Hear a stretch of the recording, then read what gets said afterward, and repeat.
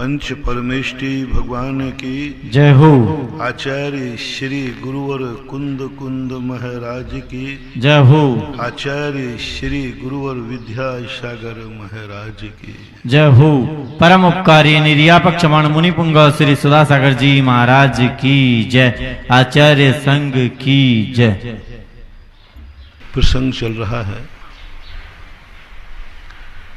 कि हम संसार में रहकर संसार के दुखों पर कैसे काबू पावें, क्योंकि कई लोगों का कहना है कि जीवन में दुख खत्म ही नहीं होते, एक दुख के बाद दूसरा दुख। कभी मानसिक दुख, कभी स्वयं दुखी नहीं है लेकिन अपनों के दुख देखे नहीं जाते,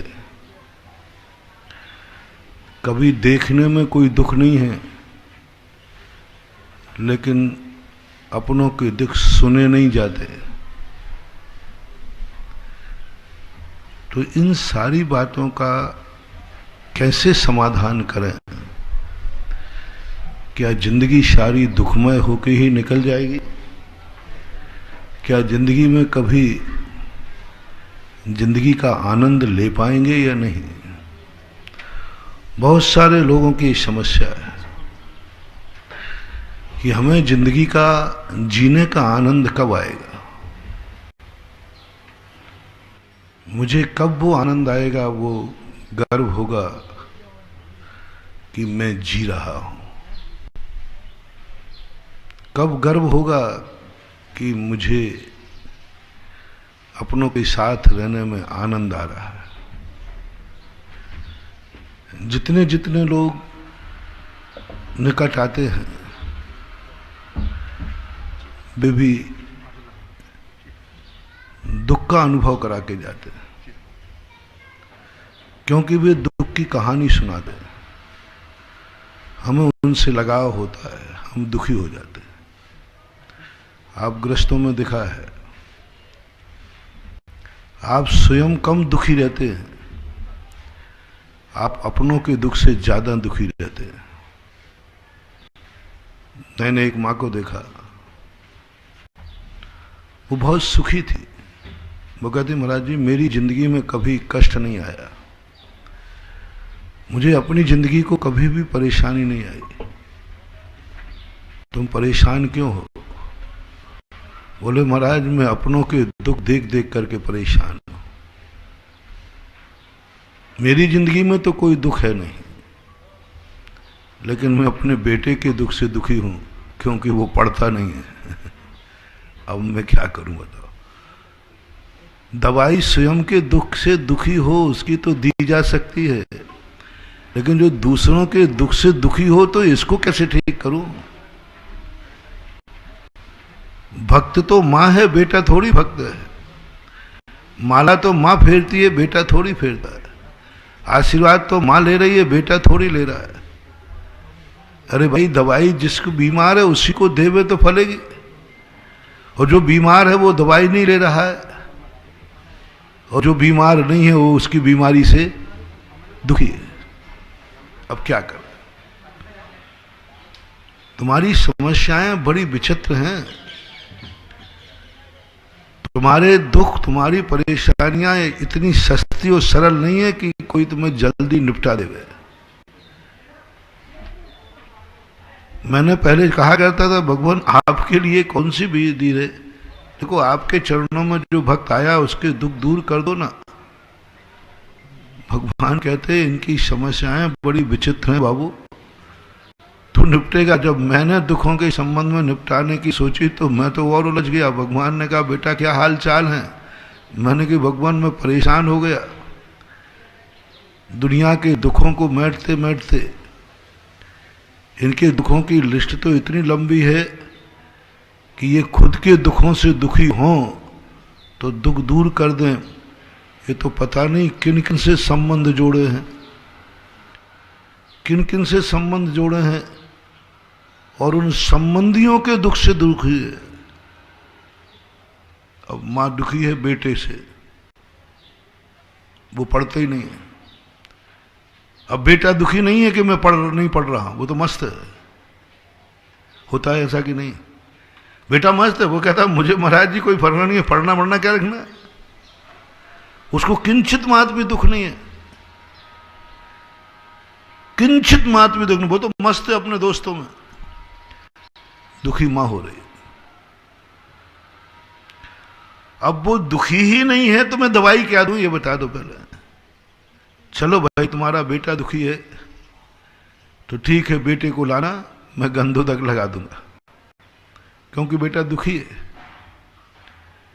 डॉक्टर कहेगा बेटे को लाना, मैं उसको दवाई दे दूंगा। लेकिन बेटा तो दुखी है ही नहीं ना। वो तो कह रहा मुझे तो कोई बीमारी है ही नहीं, मैं तो दुखी है ही नहीं। अब किसको गंधोदक लगाऊं भाई बता दो, कौन का इंजेक्शन लगाऊं? वो कह रहा मुझे बीमारी नहीं, मैं कोई दुखी नहीं महाराज, मैं तो मस्त हूं। तू पढ़ता नहीं है इसका कोई गम? बोले नहीं मुझे कोई गम नहीं। बोले पढ़ने में कष्ट है? नहीं पढ़ने में कष्ट नहीं है। अभी और कह दिया, पढ़ने में महाराज कष्ट है, बहुत परेशान हो जाऊंगा, आप मुझे पढ़ाई का आशीर्वाद मत दे देना, नहीं तो मैं आपको कोसूंगा। मुझे पढ़ाई का आशीर्वाद मत दे देना, एक गंधोदक मत लगा देना कि 18-18 घंटे पढ़े, मुझे मत कर देना, नहीं तो बहुत आपको कोसूंगा मैं। अब बेटा दुखी नहीं है और मां दुखी है कि ये पढ़ क्यों नहीं रहा। क्या इलाज करे? किसको गंधोदक लगाऊं? मां को लगाऊं तो वो तो दुखी, अपने दुख तो है ही नहीं दूसरे को, और जिसके कारण वो दुखी है वो दुखी है ही नहीं। वो तो कह रहा है कि मैं तो बहुत मौज मस्ती में हूं। छोटे बच्चों को पढ़ने में बहुत प्राण निकलते हैं और खेलने में मजा आता। और मुझसे, हाँ बच्चे तो यही कहते हैं, उससे पूछो कि भाई सबसे अच्छा दिन कौन सा है, तो बच्चा कहता मुझसे पूछो तो हफ्ते में सबसे अच्छा दिन इतवार, नहीं सुनाना पड़ता लेसन पड़ती नहीं छड़ों की महार। वो अच्छा मान रहा है। और पूरा परिवार दुखी है, मां दुखी, पिता दुखी, सब दुखी। क्या करें इलाज, क्या करें इलाज? चलो बेटा से दुखी, उधर पति दुखी, और बेटा पति शराब पीता है। वो कहता भाई ये शराब पीना बहुत बुरी चीज है, अच्छी है कि बुरी? अरे महाराज अभाग्य हैं, जिस दिन शराब मिल जाती है उस दिन आप तो गंधोदक ऐसा लगाओ कि प्रतिदिन एक बोतल का इंतजाम होता रहे। एक शराबी व्यसनी व्यक्ति क्या चाहेगा कि जो उसको नशा चढ़ता है, नशे की लत है ना, उसकी पूर्ति होना चाहिए। उसके लिए वो क्या करते हैं? कुछ भी करते, चोरी डाकी डकैती, भगवान से मिन्नत करते हैं, भगवान सुन ले, एक स्मैक तो दिलवा दे। एक हाँ, भगवान से भी, सबसे दुनिया से यही कहेंगे। तो वो अभाग्य मान रहा है कि आज मुझे शराब की बोतल देख के उसने कहा पता नहीं आज मैंने कौन सा पुण्य किया, किसी ने मुझे लाके शराब दे दी, और परिवार दुखी है। हर पापी पाप में सुखी है, हर व्यक्ति अपने पतन में सुखी है, हर व्यक्ति अपनी जिंदगी को बर्बाद करने में सुखी है, लेकिन उसके जो हितैषी हैं उसकी इस बर्बादी से दुखी है। आपके परिवार में आपके गार्जियन को, आपके हितैषियों को ये दुख है कि नहीं? कितने परिवार हैं जो मात उनसे दुखी हैं जो बिल्कुल भी दुखी नहीं है। मुझे दिखता है शायद 25-30% निकलेंगे पूरे भारत में। जब उनसे पूछो तो वो कहते महाराज मुझे तो कोई दुख नहीं है, मेरी तो जिंदगी अच्छी चल रही है। मैंने कई लोग, एक पत्नी आई, महाराज जी मुझे सब सुख है लेकिन मेरे पास एक दुख है, मेरे श्रीमान जी मंदिर नहीं जाते। मैंने कि मंदिर नहीं जाने का दुख तुम्हें है, श्रीमान जी को है क्या? उनको लाना। उनको लाए एक दिन। मैंने कि भाई आप मंदिर नहीं जाते, आपको कभी विकल्प आता? बोले नहीं, मुझे तो बहुत अच्छा लगता है मंदिर नहीं जाने में, मैं तो खुश हूं, मैं तो खुश हूं महाराज, मंदिर जाने में मुझे बहुत दुख हो जाएगा, मैं परेशान हो जाऊंगा। और ये दिन भर चिल्लाती रहती, ये मेरी पत्नी होकर मुझे दुख के मार्ग पर ढकेल रही है, मुझे सुख है, मैं बहुत अच्छा हूं, मुझे कोई विकल्प नहीं महाराज, मुझे तो कोई गम नहीं है, मैं क्या इलाज करूं, मैं क्या गंदूदक लगाऊं, मुझे तो कोई, वो गुटखा खाता, बोले महाराज मुझे तो कोई तकलीफ नहीं, तकलीफ इसको है, मुझे तो कोई तकलीफ नहीं गुटखा खाने से। शराबी कह रहा शराब से तकलीफ नहीं, गुटखा वाला, गुटखा से तकलीफ नहीं, मंदिर नहीं जाने वाला कह रहा मुझे मंदिर से तकलीफ नहीं, रात्रि में भोजन करने वाला कह रहा मुझे रात्रि भोजन से कोई तकलीफ नहीं है। आप और माँ कह रही है, परिवार कह रहा है, पत्नी कह रही है महाराज मैं इसी बात से दुखी हूं, बस ये दुख मेरा मेट दो।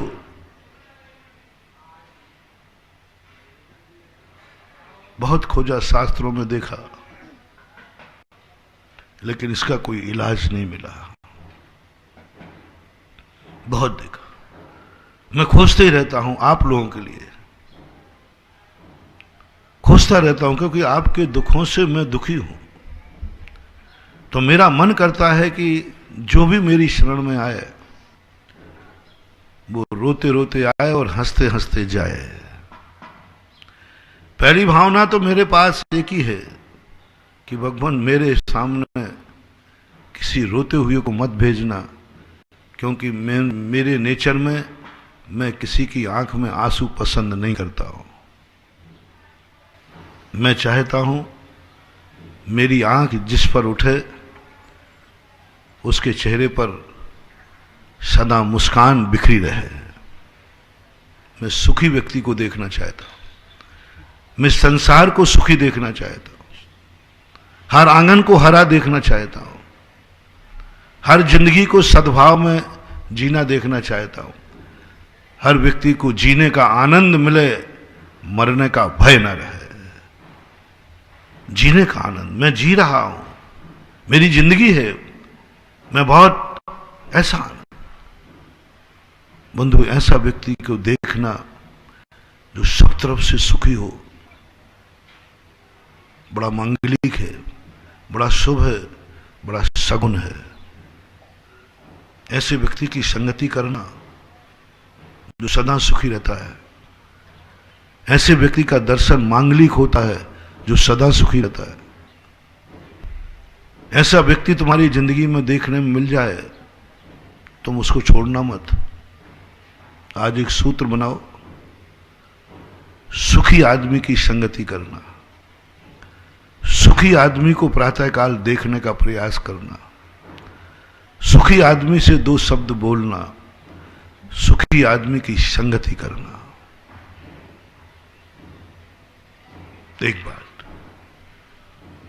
साधुओं को मंगल क्यों कहा जाता है? त्यागी वृत्ति को मंगल क्यों कहा जाता है? ये सदा सुखी रहते हैं, अभाव में भी, उपसर्गों में भी। श्यालनी खा रही है तब भी सुखी है, घानी में पल रहे हैं तब भी सुखी है, आग में झोंक दिया तब भी खुद सुखी है, घानी में पेल दिया तो भी सुखी। ज्यादातर हम साधु लोग, कभी पूछना उनसे कैसे हो महाराज, ठीक हो? विश्वास मत करना कभी साधु पर, साधु खोदोगे। हाँ, साधु एक जगह सबसे ज्यादा झूठ बोलता है तुम्हारी दृष्टि में, हालांकि वो झूठ नहीं बोलता, सत्य बोलता है।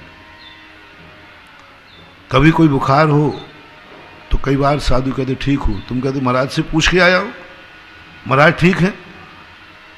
नहीं, जब महाराज तकलीफ में हो ना तो पूछा मत करो, देखा करो, छुआ करो। तुम्हें लगा कि महाराज को कोई तकलीफ है, तुम लोग पूछ लेते हो और पूछकर निश्चिंत हो जाते हो। महाराज से पूछ तो लिया हमने, महाराज ने क्या कहा? ठीक है, क्या करें, क्या करें, ठीक है, और तुम निश्चिंत हो गए। साधु खोद हो गए, साधु से और बालक से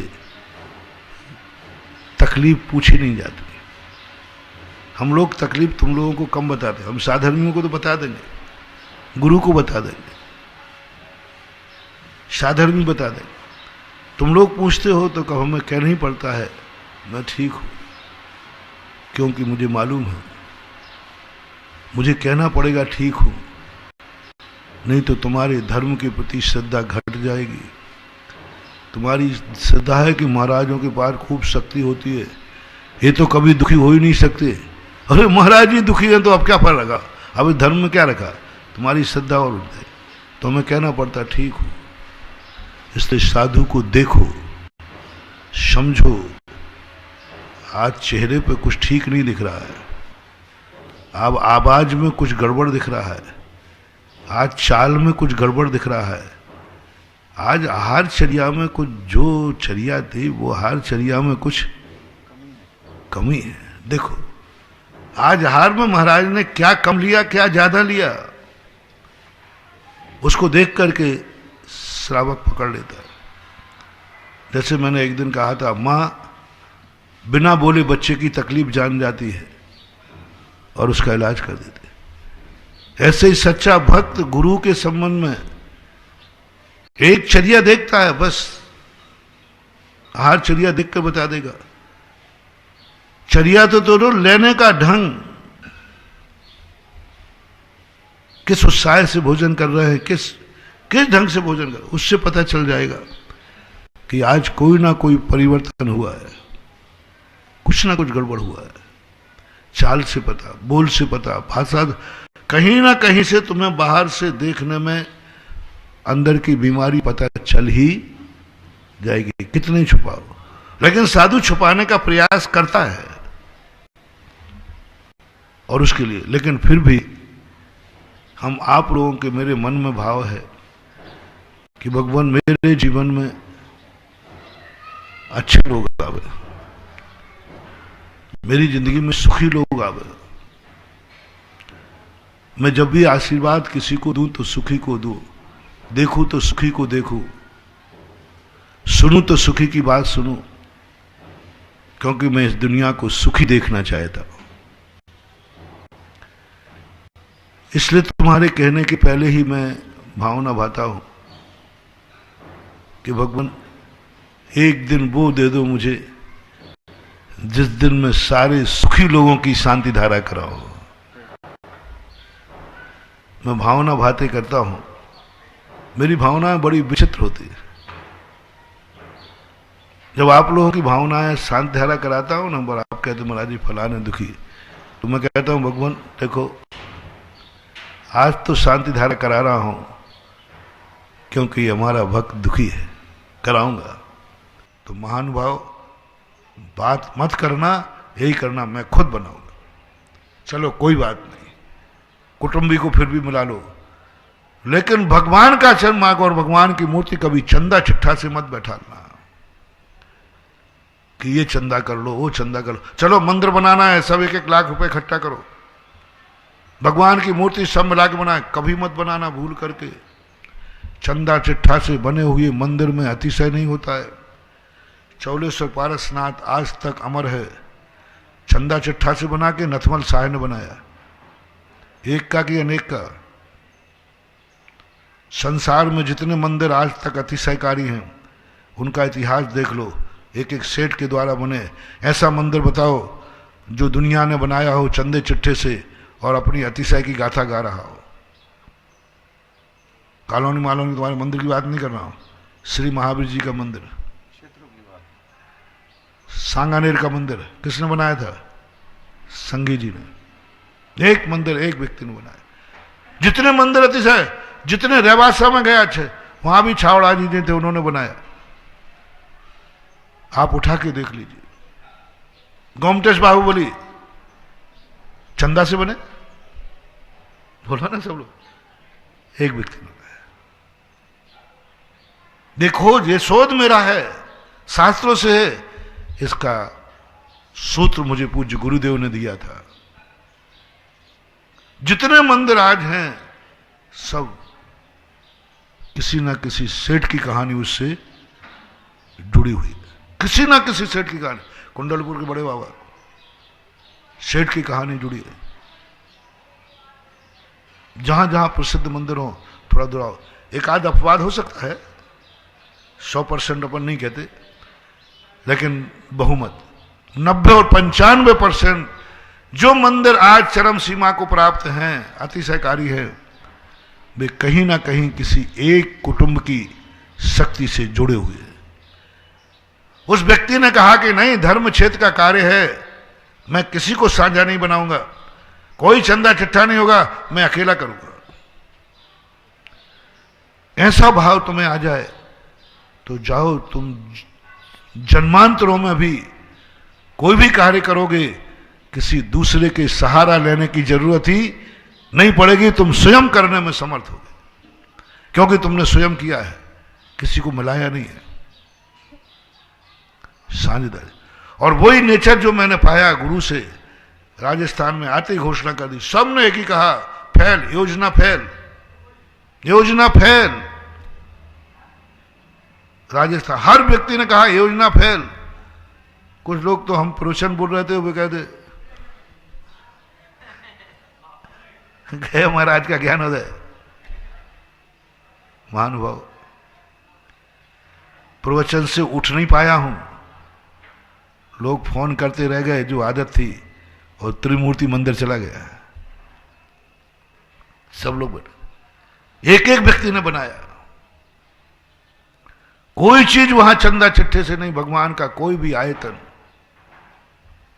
सब एक इंडिविजुअल। लेकिन एक वकील, वो मास्टर साहब थे जो मंच संचालन किया करते थे, ओम जी, ओम प्रकाश जी जो नाम हो, प्रिंसिपल हैं, केडी जैन विद्यालय के प्रिंसिपल थे। उस समय ज्ञानोदय में रविवार के रविवार प्रवचन होता था, वो मंच संचालन करते थे। तो उनकी आंखें डबडबा आई, बोलो महाराज जी, आपका सिद्धांत तो सही है, आप अमीरों के मंदिर बनवाएंगे, अमीर लोग बनाएंगे। नहीं, मैंने कहा मैं गरीबों को दुश्मन नहीं हूं, मैं गरीबों को एक खर्चा और नहीं डालना चाहता, क्योंकि वे अपनी गृहस्थी से परेशान हैं, वो अपनी गृहस्थी नहीं चलाना चाहते। देखो मास्टर साहब, आप भी देखो कितना वेतन मिलता है आपको, परिवार का खर्च भी मुश्किल से चलता है। बोले महाराज चलता है, बहुत मुश्किल से चलता है, अंतिम हफ्ताह में तो कड़की आ ही जाती। लेकिन महाराज, क्या हम लोग कभी ज्ञानोदय में, हम लोग कभी कुछ बना ही नहीं पाएंगे? तो फिर इसका अर्थ है कि इस वर्ष भी, इस भाव में भी गरीब रहे हैं, और अगले भाव में गरीबी का तैयारी कर लें। वो मास्टर थे प्रिंसिपल, कि महाराज पूर्व भाव में तो पता नहीं क्या पाप किए, क्या किए, कि आज मैं इतना समर्थ नहीं हूं कि अकेला मंदिर बना सकूं। जरूर पाप तो किया है, फीलिंग हुई उनको, महाराज जी पूर्व भाव में जरूर मैंने कोई पाप किया है, जरूर मैंने पैसे को गलत कार्यों में उड़ाया है, जरूर मैंने पैसे धन को संसार के कार्यों में पानी की तरह बहाया है, तभी तो मैं आज इतना समर्थ नहीं हूं कि तीर्थ बन रहा है और मैं नहीं बना सकता। जरूर मैंने कहीं ना कहीं कोई ना कोई गड़बड़ी की है, अभी तो आज नौकरी करके पेट भरना पड़ रहा है। लेकिन उन्होंने बहुत बड़ी बात कही, गुरुदेव ये पक्का है कि हमने जो पाप किया है पूर्व में, हमसे जो गलती हुई है पूर्व में, हमने जो पापों में संत पानी की तरह बहाया है, ये गलती मेरे से इसलिए हुई है उस समय, कि उस समय मेरी जिंदगी में मैं उस कुल में होऊंगा,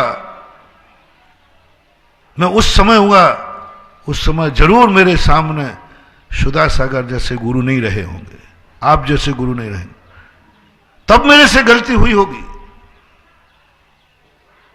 मैं उस कुल में जन्मा होऊंगा जिस कुल में मुनियों को जानते ही नहीं होगा कोई, मैं उस जाति में जन्मा होऊंगा जिसमें दिगंबर मुनिराज नहीं होंगे। मेरा कुल, मेरी जाति, मेरा सब कुछ संस्कार ऐसे कुलों में, मेरा जन्म ऐसे देश में हुआ होगा जहां गुरुओं का विहार ही नहीं होता होगा, मंदिर नहीं होगा, गुरु नहीं होंगे, जाते ही नहीं होंगे, ऐसे देश में मेरा जन्म हुआ होगा, तभी मेरे से ये गलती हुई। उनकी बातें मुझे आज भी ध्यान है। 15 मिनट के अंदर उन्होंने मुझे हिला दिया, मुझे हिला दिया। जो मेरे पर बोले महाराज मैंने गलती की है, मेरे से अपराध हुआ है। आप जो कहते हैं आज जो गरीब है वे पूर्व जन्म में जरूर कहीं ना कहीं से कोई गलत कार्य किया है, पूर्व जन्म में भूल जरूर हुई है। तुम्हारे पास धन दौलत था लेकिन उसको किस में बहाया? ऐसो आराम, ऐसो वो भूल हुई। लेकिन उन्होंने जो कहा मैं उस देश में जन्मा हूंगा, उस देश में मैंने अय्यासी की होगी जहां दिगंबर मुनियों का अभाव होगा, मेरी उस जाति में जन्म हुआ होगा जिस जाति में दिगंबर मुनि की पहचान ही नहीं होगी। मैं उन मां बाप की गोदी में जन्मा होगा जिनके कुल गुरु दिगंबर मुनिराज नहीं होंगे। इसलिए मेरे से ये भूल हुई, उसका परिणाम मैं भोग रहा हूं कि आज मैं एक स्वतंत्र मंदिर बनाने में समर्थ नहीं हूं। और ऐसा मैं ही नहीं हूं महाराज, हजारों हैं मेरे जैसे। लेकिन आज भी वही भूल कर दूं जब मेरे सामने मेरा गुरु बैठा है, मेरे उस देश में मैं जन्मा हूं जहां दिगंबर मुनि आते हैं, उस देश में जन्मा हूं जहां आपके गुरु ने दीक्षा ली है। ऐसा भाग्यशाली देश है मेरा, मैं भारत देश में जन्मा हूं और उसमें राजस्थान प्रांत में जन्मा हूं, उसमें भी अजमेर जिले में जन्मा हूं जहां आपके गुरु की दीक्षा हुई है। मैं उस देश में जन्मा हूं जहां आपके गुरु की समाधि हुई है, जहां आपके गुरु का जन्म हुआ है, उस देश में जन्मा हूं। और आज मैं उस कुल में जन्मा हूं, उस जाति में जन्मा हूं जिस जाति के गुरु कौन है? जैन जाति के गुरु कौन है? दिगंबर जैन मुनि, दिगंबर मुनि गुरु हैं। और मैं उस कुल में जन्मा हूं जिस कुल में कुल गुरु दिगंबर मुनि हैं। और मैं उस युग में जन्मा हूं कि मैं गुरु के सामने खड़ा हूं, और उसके बावजूद भी हम आगे कोई बीज नहीं बो पाएंगे। तो इसका अर्थ है कि अगला भाव भी हमारा गरीबी में जाएगा, अगला भाव भी हमारा ऐसे ही जाएगा, इससे गया बीता जाएगा। क्योंकि जब बोनी नहीं है आपके यहां, हमारा बीज जो है छोटा सा, उस छोटे से बीज देने के लिए आपके पास तो कोई खेती नहीं है। आप ही ने कहा कि 3 छेद खेत हैं। पहली धर्मशाला का एक कमरे में बैठे थे, जो उन्होंने मुझे भाषण किया मैं हिल गया। मैंने कहा आपने खुद कहा कि ये 3 छेद खेत हैं, इसमें जो बीज बोलेगा उसी को अगली साल खाने मिलेगा, सुखी मिलेगा। और आपके लिए तो बड़े बड़े लोगों के बीज हैं, हम लोगों जैसे कि मुट्ठी भर दाने बोने वालों के लिए कोई खेत नहीं, कोई खेत का कोना नहीं। मेरे पास तो मुट्ठी भर बीज है, बोरे भर नहीं है, किलो भर भी नहीं है, लेकिन मुट्ठी भर तो है। कितना कहा? मुट्ठी भर। और आपके यहां किलो और क्विंटलों से जिनके पास बीज है उनके लिए तो आपने खेत को पूरा खोल दिया, पूरे ज्ञानोदय को खोल दिया। तब मैंने कहा ओम जी क्या बात है?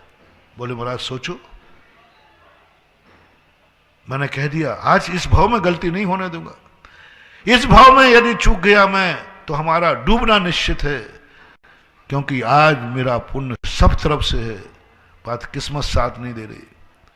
गुरु सामने बैठा है, तीर से सामने है, कुल जाति सब सामने है, बुद्धि सामने है, मन भी सामने हो रहा है।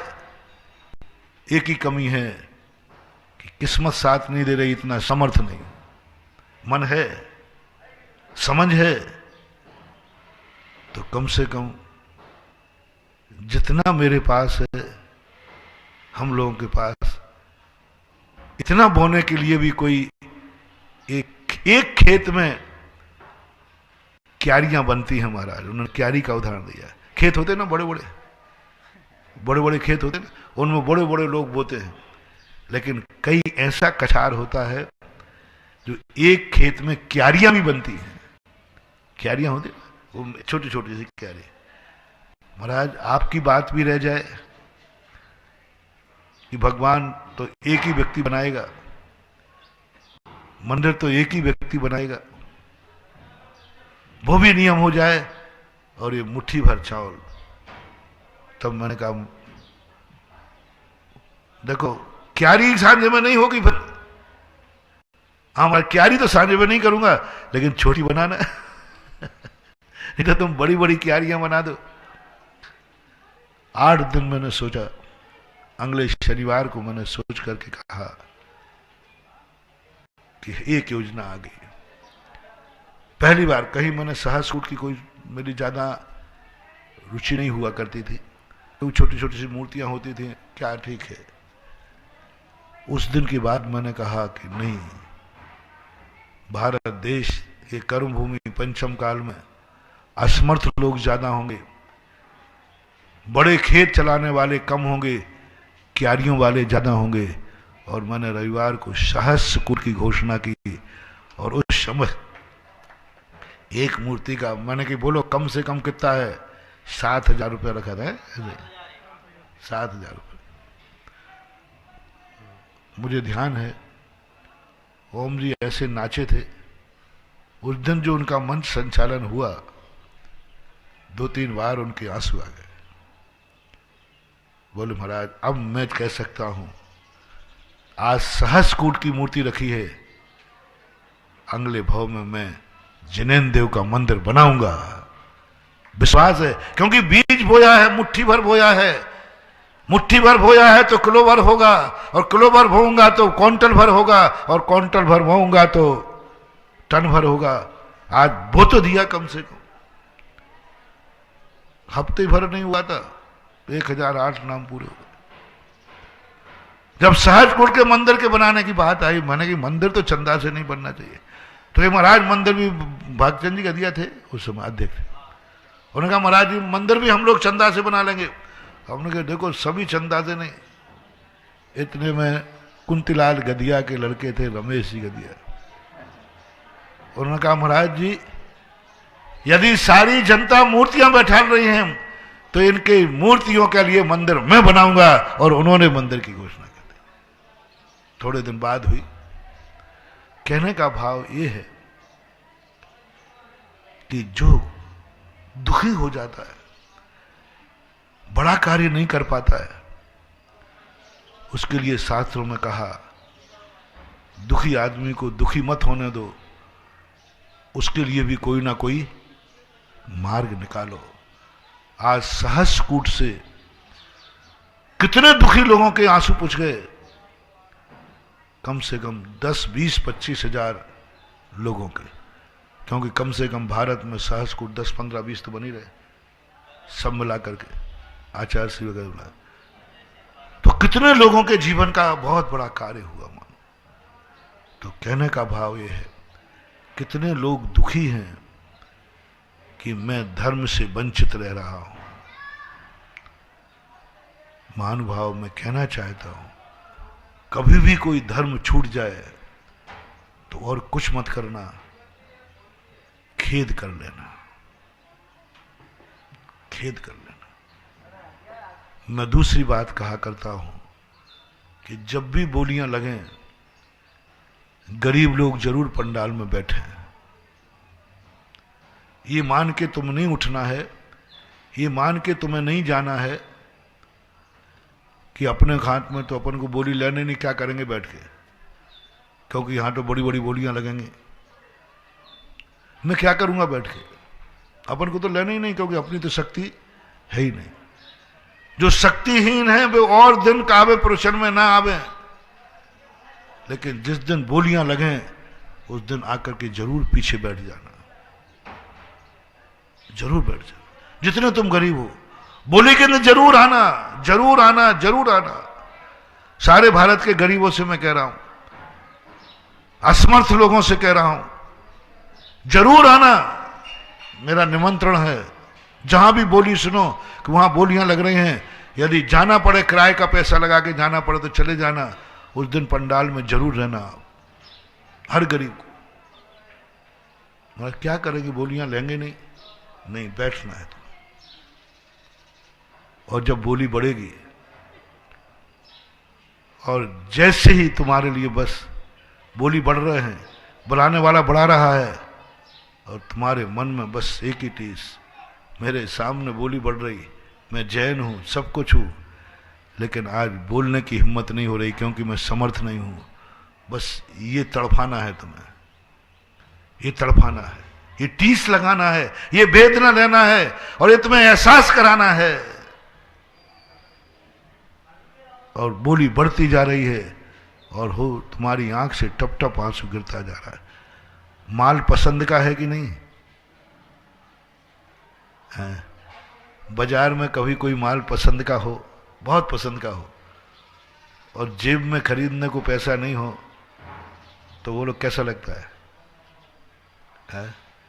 बच्चा मचल रहा हो, पापा मुझे ये चीज चाहिए, तो उस समय मम्मी की क्या हालत होती है? आंख में आंसू आ जाता है।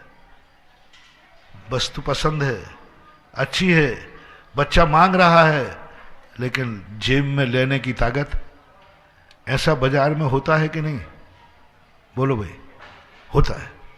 कितनी चीजें बाजार में हैं जो पसंद है लेकिन तुम खरीद नहीं पाते, तो एक टीस लगती है, रोना आ जाता है। घर में आके चर्चा करते हो, देखो चीज पसंद थी, बच्चे ने मांगा, लेकिन आज अपने पास 2 पैसे नहीं थे। इसी प्रकार जब बोली लग रही है किसी धर्म क्षेत्र पे, पंचकल्याण की मंदिर की बोली लग रही, उस समय ये बताओ ये चीज तुम्हारी पसंद की है कि नहीं?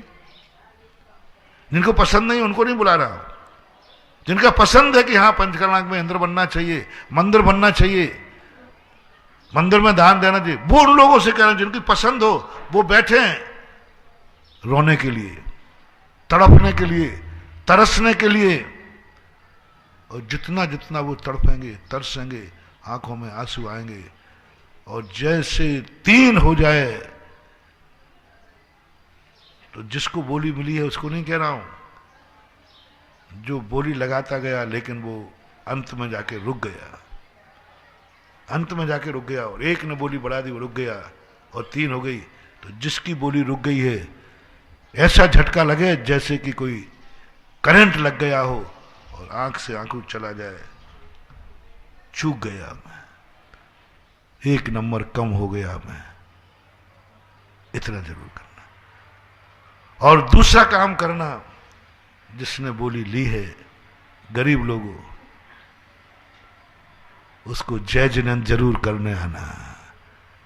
धन्य दाता धन्य पात।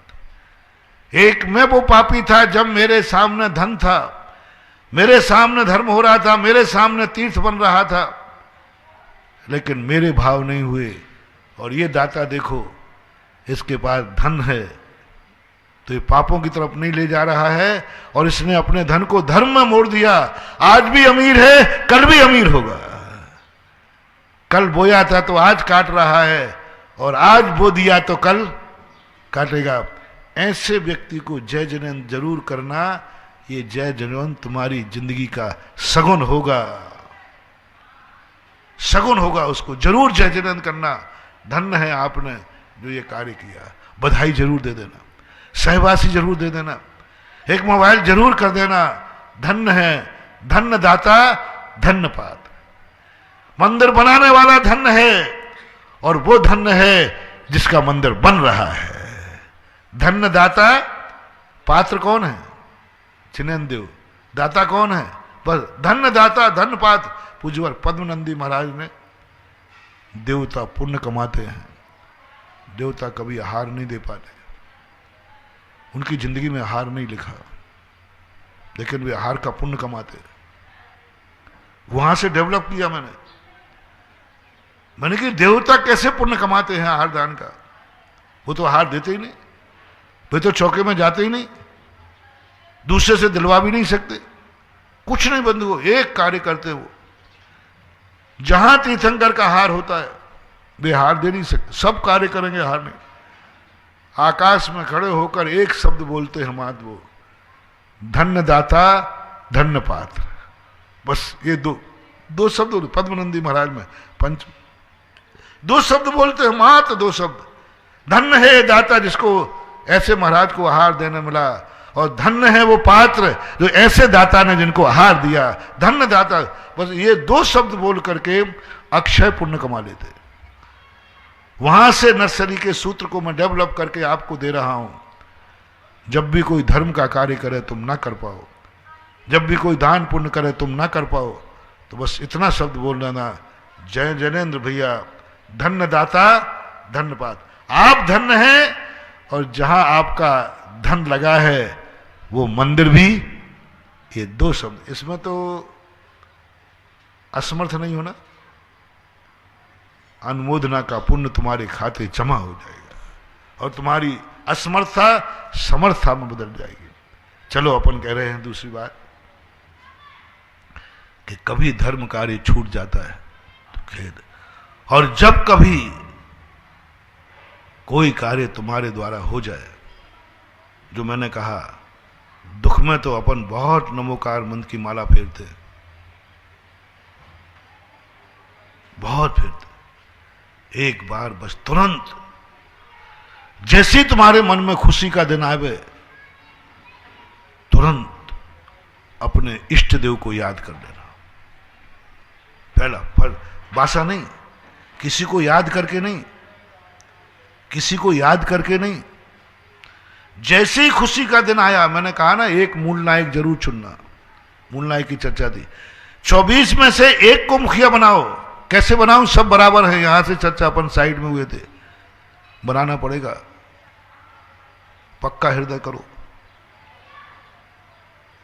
पक्का हृदय करो, फैसला करो। 24 में से इस मंदिर का मूल नायक फलाना तीर्थंकर रहे, कोई भी बना लो, उससे कोई फर्क नहीं पड़ता। अब बोलो, मूल नायक जैसे ही बनेगा, सब तीर्थंकर बराबर हैं, लेकिन अर्घ पूजा नमोस्तु सबसे ज्यादा कहां होंगे? मूल नायक। क्यों? क्यों? मोक्ष मार्ग के लिए यह भेदभाव करने की क्या जरूरत थी? मंदिर मोक्ष मार्ग के लिए नहीं, जिनसेन स्वामी कहते हैं, मोक्ष मार्ग के लिए मंदिर की कोई जरूरत नहीं, भगवान की कोई जरूरत नहीं, नमोकार मंत्र की भी कोई जरूरत नहीं। श्रद्धा से काम चल जाएगा। ये जो मंदिर बने हैं आपके संसार मार्ग को ठीक करने के लिए। मोक्ष मार्ग तो है ही। आपको दो सुख, जो मैंने कहा था ना, आपका धर्म छूट जाए तभी मात्र दुखी होते हो कि और कार्यों में भी दुखी होते हो आप लोग। मैं तो धर्म कार्य छूट जाए तो दुखी होता हूं, और कोई कार्य मेरा है ही नहीं, मेरे और कोई संबंध है ही नहीं।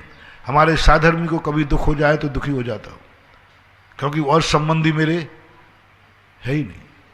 संसार का और कोई कार्य है ही नहीं जहां हम दुख मना सकें। हमारा तो धर्म छूट जाए, प्रतिक्रमण सामायिक को छूट जाए तो तस्मिच्छामि दुक्कडम कहते हैं। आप लोग मात्र धर्म के छूटने पे ही नहीं कहते हो, आपका संसार का कार्य छूट जाए तो भी आप दुखी होते हो। महाराज छूट गए इसलिए दुखी हो कि पिताजी छूट गए तो भी दुखी हो? बोलो ना।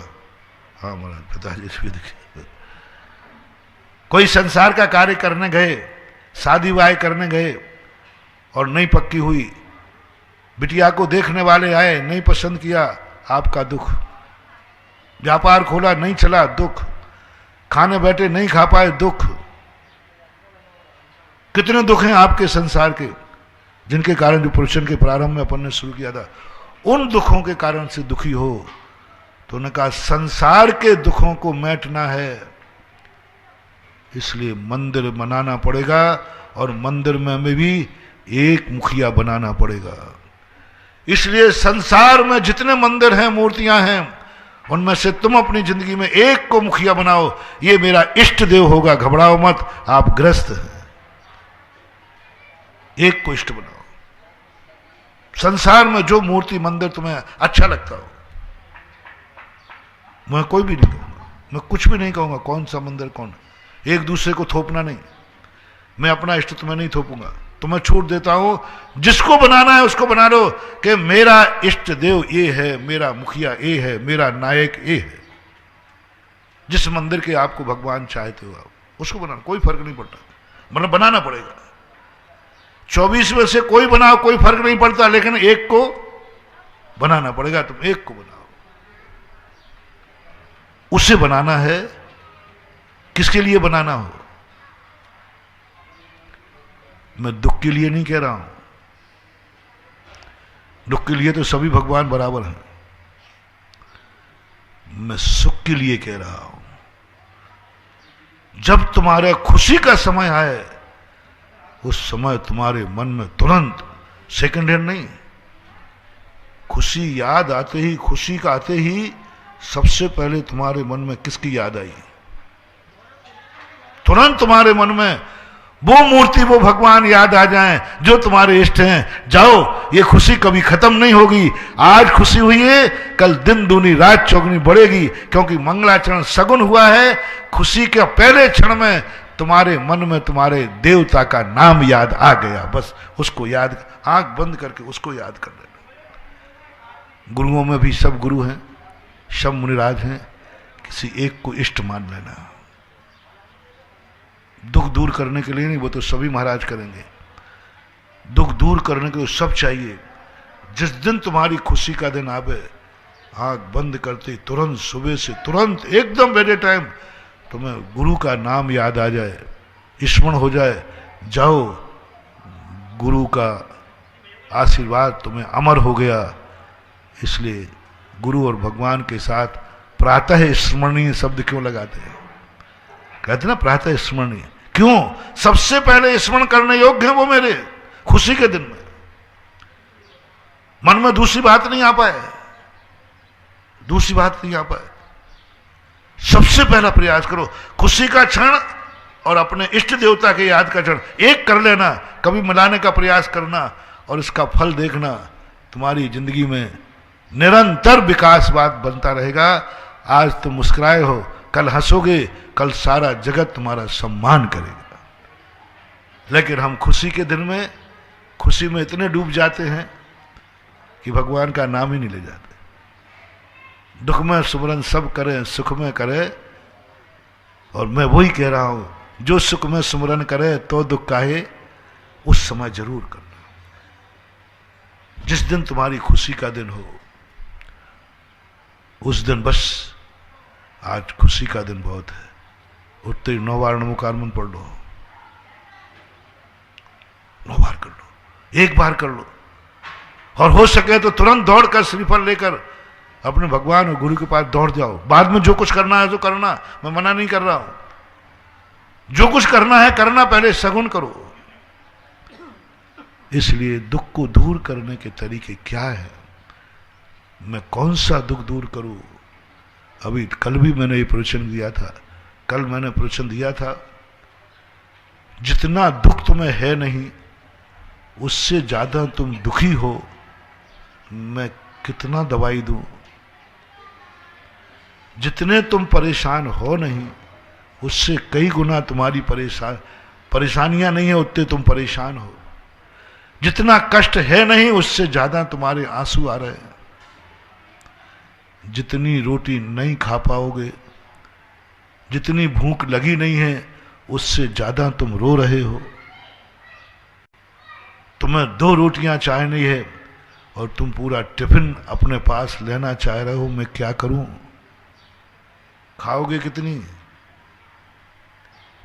और मांग क्या रहा? महाराज पूरा टिफिन दे दो, उसमें 100 रोटियां रखी हैं।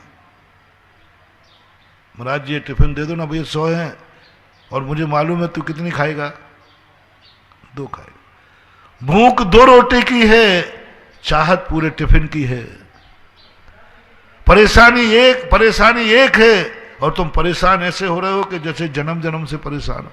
तो कल मैंने इस पर प्रवचन दिया था, आज प्रवचन मैंने उसका दिया है कि तुम उससे परेशान हो जो परेशानी नहीं है। तुम उससे परेशान हो जो परेशान ही नहीं है। मैं दवाई किसको दूं? मैं गंदोदक किसको लगाऊं? बुद्ध कह रहा मुझे कोई कष्ट नहीं है, मुझे तो बहुत अच्छा लग रहा है। जो हमने सारे उदाहरण तुम्हें दे दिए, बच्चों को खेलना अच्छा लग रहा है, शराबी को शराब अच्छी लग रही, गुटखे को गुटखा अच्छा लग रहा, पापी को पाप अच्छा लग रहा, डाकू को डाका अच्छा लग रहा, सब अच्छे लग रहा है, उनको क्या गंदों तक काम करेगा। वो तो कहते मैं बीमार ही नहीं हूं, और तुम उनकी इस खुशी से दुखी हो।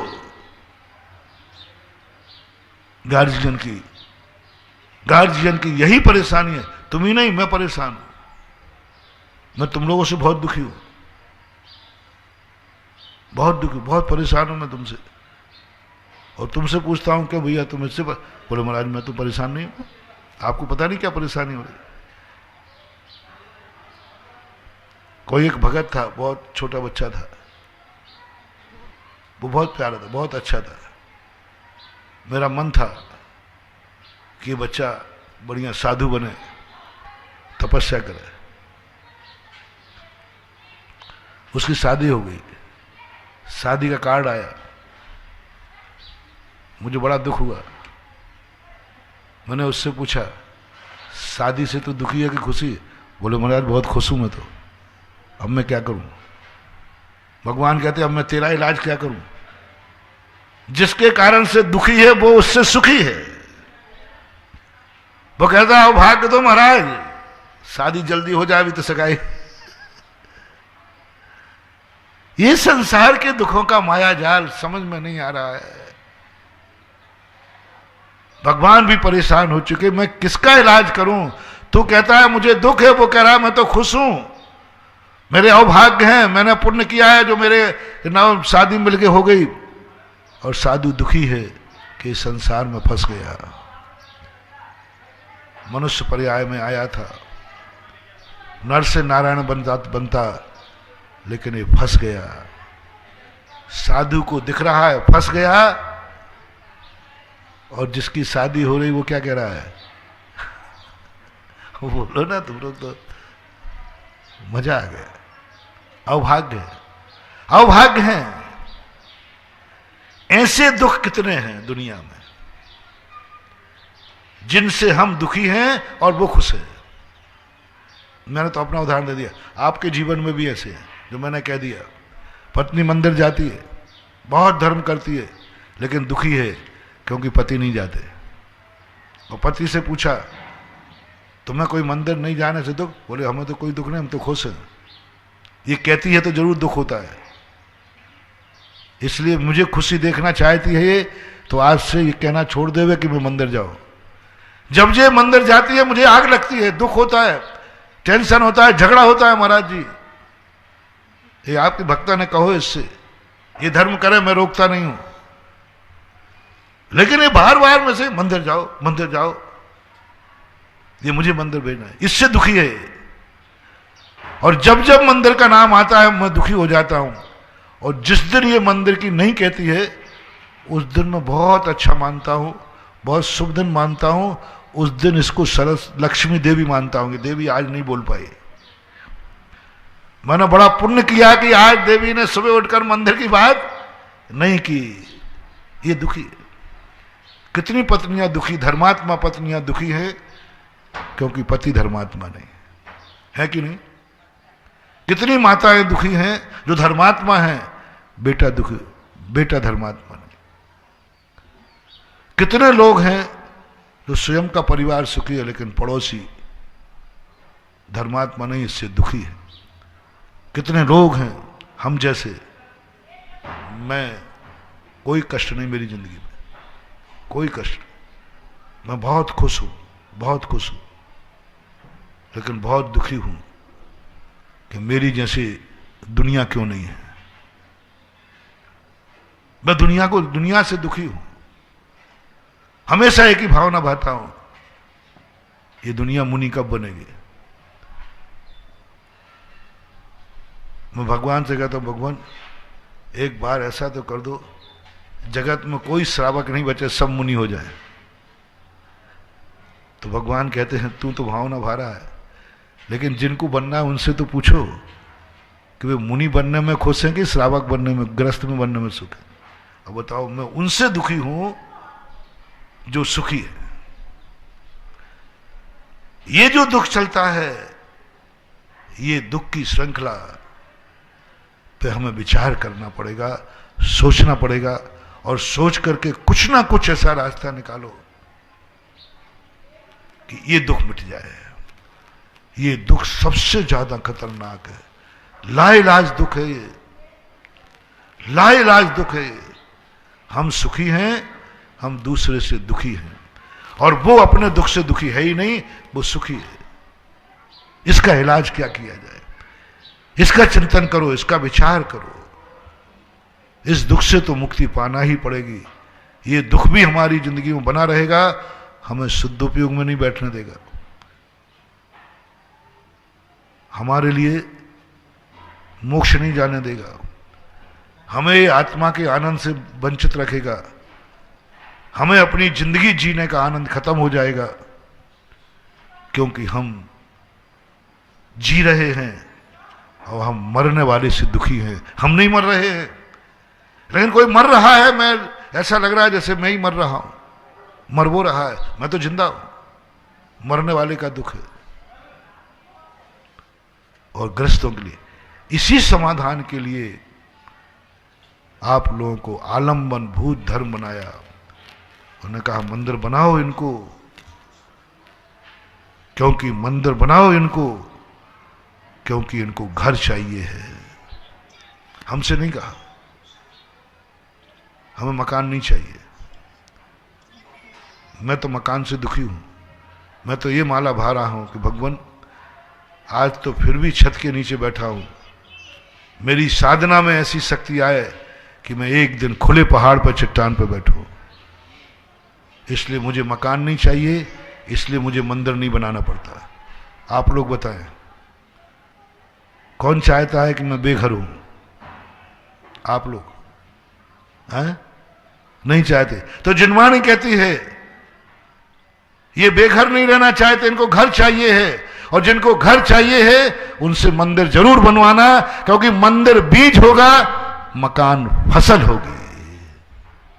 इसलिए आप लोगों को कह दिया क्योंकि आपको मकान चाहिए। आपको आवास दान देने की बात कह दी क्योंकि आपको मकान चाहिए। आपको द्रव्य चढ़ाने की बात कह दी क्योंकि आपको भोजन चाहिए, और तुम्हें ही नहीं चाहिए, परिवार को चाहिए। इसलिए मंदिर सबके लिए बनाना तुम, लेकिन मंदिर का उपयोग कौन करेगा? तुम अकेले की सब सब। ये पुण्य कौन सा है? महाराज हमने मंदिर बनाया, हम ही पूजा करेंगे, दूसरे को नहीं। मंदिर तुम बनाओ, पूजा सब करें। इससे लाभ क्या है? कमाओगे तुम, पूरा परिवार खाएगा। नहीं तो फिर तुम ही बनाओगे, तुम ही खाओगे, तो इतना पुण्य बनेगा कि तुम ही कमाओ, तुम ही खाओ, बच्चा भूखा बैठेगा। नहीं महाराज, परिवार भी मेरा खावे जैनियों का, तो तभी होगा। मंदिर तुमने बनाया और कहा सब पुण्य कमाओ, सब अभिषेक करो, सब पूजन करो, ये मंदिर मेरा ही नहीं है, सबका है। ये जो तुमने आनंद की अनुभूति की घोषणा की, इसी प्रकार तुम घर में जाओगे, कमाया मैंने है, कमा के मैं लाया हूं, लेकिन हे घर के सदस्यों चिंता मत कर, सब खाओ, सब मौज करो, जिसको जो चाहिए हो लाओ, वो पुण्य आएगा। बोलो ये चीज तुम चाहते हो कि नहीं घर में, कि मैं कमाऊं और पूरा घर खुशी मनाए? जैनी कभी नहीं चाहता कि पूरा घर कमावे। जैनी एक चाहता है मैं कमाऊं और सारा परिवार खावे, और रिश्तेदार भी खावे, और साधु महाराज भी आ जाए तो उसको भी खिला दो। ऐसा समय हो गया, ऐसा परिणाम आपका आएगा। वो जब ही आएगा, दान तुम करो, लाभ सब ले। महावीर भगवान की जय।